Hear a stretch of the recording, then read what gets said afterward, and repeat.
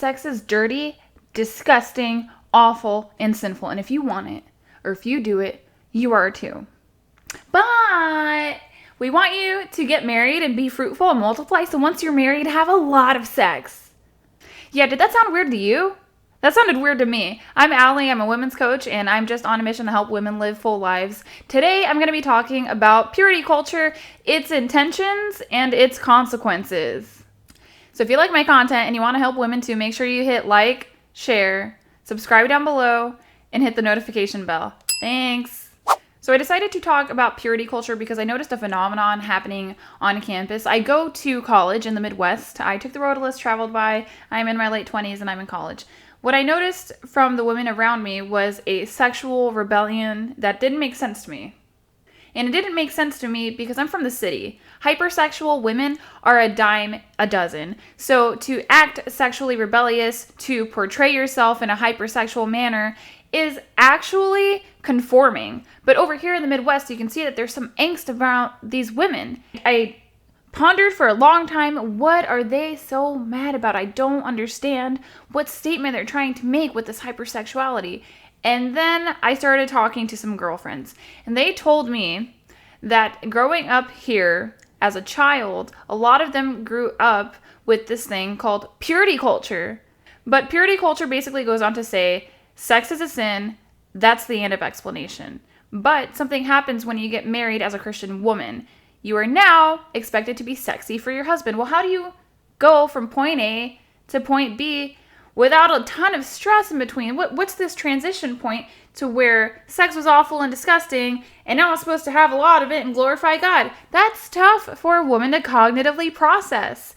And a good deal of this just has to do with poor messaging. You have to get away from slut-shaming women to explaining just how gratifying marital sex can be. Let them know that it can be great, hot, heavy, and sexy whenever you want it with the same guy. And because it's with the same guy, he gets to learn how you like it. And you wouldn't be able to have that same bond and experience with a bar shag. I know a lot of people try to knock religions down these days, the more secular that our modern society comes to. But if you look at religion through an anthropological lens, which, by the way, I'm an anthropology student, it's a lot of fun. If you look at it in terms of why would it be culturally useful? Well, because it's a wonderful tool to protect its users. Let's look at why Christianity would want to protect its single women so badly. If a woman makes a poor mate selection choice and reproduces with a subpar man, she faces an extraordinary amount of consequences. And if you don't believe me, you can just ask one of your girlfriends that had a kid with a bum. Okay, she's not doing too good right now. And so Christianity is seeking to protect its women, so that way, when they do get married, they can have a secure male partner in their lives and in their children's lives, and they can be led appropriately. It is just the safest choice that a woman could make in terms of reproduction. Because the biggest consequence of having premarital sex would be that you do get pregnant.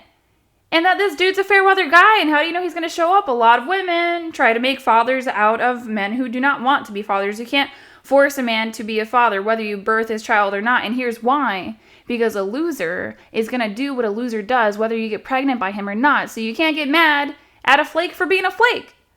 So Christianity is just seeking to protect its women, and it does this protection through terms of sin. If you want to look biblically, sin leads to death, and this can be shown in overindulgences. If you overindulge with alcohol, that's going to lead you to death. If you have promiscuous sex, that can lead you to death through STDs, among other things. It's just a protective mechanism. Now, where the problem lies in modern messaging is you're going to be hard-pressed to be able to communicate to a young woman to not have premarital sex by shaming her. People are more apt to psychologically listen to your message if you paint it in a positive light. So instead of telling them that they're awful and disgusting human beings for doing what they've done, which, by the way, they only need to answer to Christ. It's not your job to judge her, right? But instead of telling her how awful she is, why don't we as Christian women literally talk to one another about the joys of sex? Let's get married Christian women, married Christian mothers, and have these conversations on how wonderful sex can be with your husband when you put in the work for it. And also look at what sex creates. It creates children. And in a loving home, that is a gift and a blessing. If you haven't noticed, I'm very pro-marriage and pro-sex. I want people to have sexy marriages. Sex is the glue that keeps marriage together. And so that's why I'm here to arm women with the things that I've learned. And I've learned quite a bit, not just on the research side of things, but I did work at a couple store for about a year because I was very sexually ignorant. I knew nothing about female anatomy, being a woman myself, and that made me feel unempowered. So I went out there and I did the dang thing.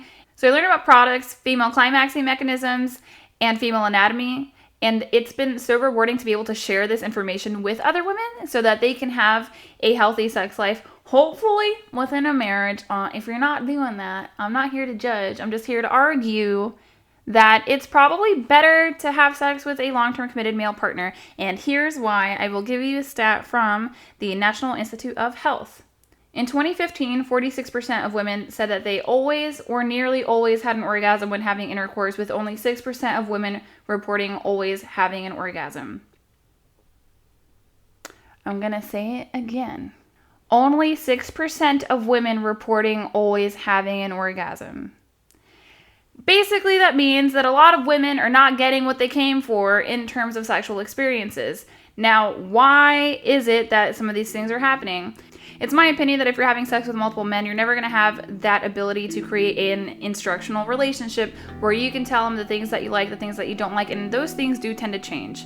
What you liked one month might not be what you liked the next month, and that's a lot easier to explain to your husband or your long-term committed partner versus some guy that's only known you for maybe half an hour from the bar. Does he really care about making sure that you have a good time, or that he's having a good time for the lowest cost possible?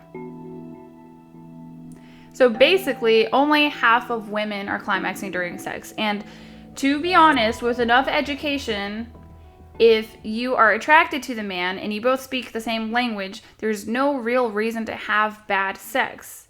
So it does take some time for the woman to learn her body and to communicate the things that she likes to her partner. That's best done within a marriage because you know he's receptive because he's already committed to you. Anyway, it's just some food for thought. Would you, as a woman, like to roll the dice every time when you pick up a guy from a bar and just hope maybe this is the time that I'm gonna get what I came for as well? Or would you rather be in a long-term committed relationship where you know that he is not seeing other women, that you are the primary focus of his life outside of his purpose, and he cares about the quality of your sexual experience? Seems like a no-brainer to me. So yes, I am pro-marriage, but mostly I'm pro-marriage just because I want to see women win. I want to see you win. I want you to get the guy, to get the house, to get the babies, and to get the orgasms. I want that for you. And if you are struggling with your sex life in your marriage, feel free to DM me, find me on Instagram at RealFemSapien. You can shoot me an email, Allie@RealFemSapien.com. I can break down the basics of sex and female anatomy to you so that you can take that information and then put it to use. Because if anything comes out of this video, and it is that I have convinced a married woman to have great sex with her husband, I would consider that winning. And that should be more of the focus in the Christian community, aside from consistently slut shaming.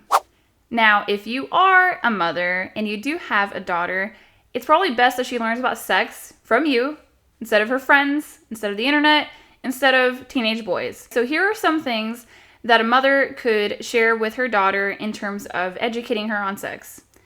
You could talk to her about the risks of promiscuity, the need for good mate selection, the risks of poor mate selection, spitting feminine game because you can't get a man if you can't flirt, female anatomy and climaxing mechanisms, how to communicate your needs to your husband, red flags in the bedroom, and marital bed death and how to avoid it. So if you, as a woman, can make a difference out there, that's probably going to be how get to your daughters. Because I know grown women in their late 20s all the way to their late 30s that because of purity culture are too scared to even flirt with men because they think it's sinful. Well, how do you expect to get a husband if you can't even have a conversation with a man? And flirting is not meant to be sexually graphic. There's supposed to be an element of mystery, and there are ways to flirt in a cheeky fashion. These are some things that we can all explore as a community of women, and if you want to get down to the more niche community. These are things that we can explore in a healthy way within the Christian female community. Anyway, have a great week, guys. I want you to get married and have great sex. I want you to do it all day, every day. Just go nuts, okay? Bye.